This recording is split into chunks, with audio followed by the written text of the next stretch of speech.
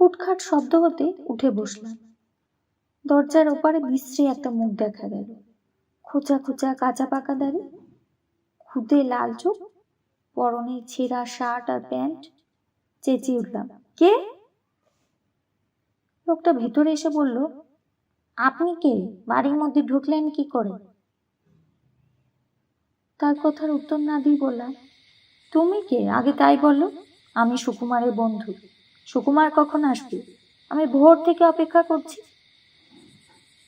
লোকটার ভাঙাচোরা মুখে বিস্ময়ের রেখা ফুটে উঠল, দুটো চোখ বিস্ফারিত।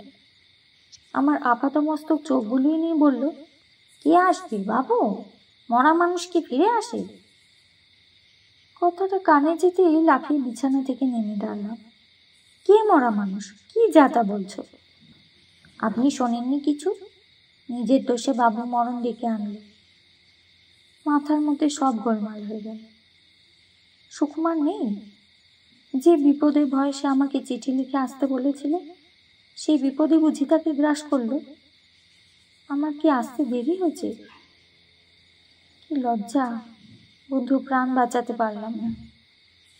লোকটাকে বললাম, সব ব্যাপারটা খুলে বলো তো, আমি কিছু বুঝতে পারছি না। লোকটা মেঝের ওপর বসল, খুব নিচু গলায় বলতে শুরু করলো, বাবু তো কাঠের কারবার করতেন। জঙ্গলের একেবারে শেষের দিকে একটা গাছ আছে, সেটাকে আমরা তুঙ্গা গাছ বলি। সেই গাছ কেউ কাটে না, তাতে অপদেবতার বাস।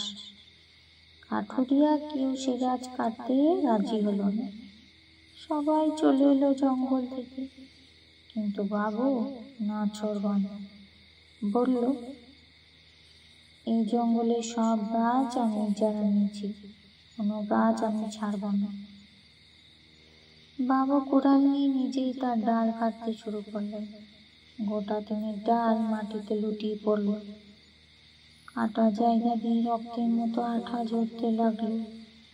আমি জোর করে বাবুকে টেনে বাড়ি নিয়ে এসেছিলাম। তারপর কি? তারপর পরের দিন ভোরে এসে দেখি সদর দরজা খোলা। বাবু মেঝের ওপর পড়ে আছে, চোখ দুটো যেন ঠিকরে বের হচ্ছে। বাবুকে কেউ গলা টিপে মেরে ফেলেছে।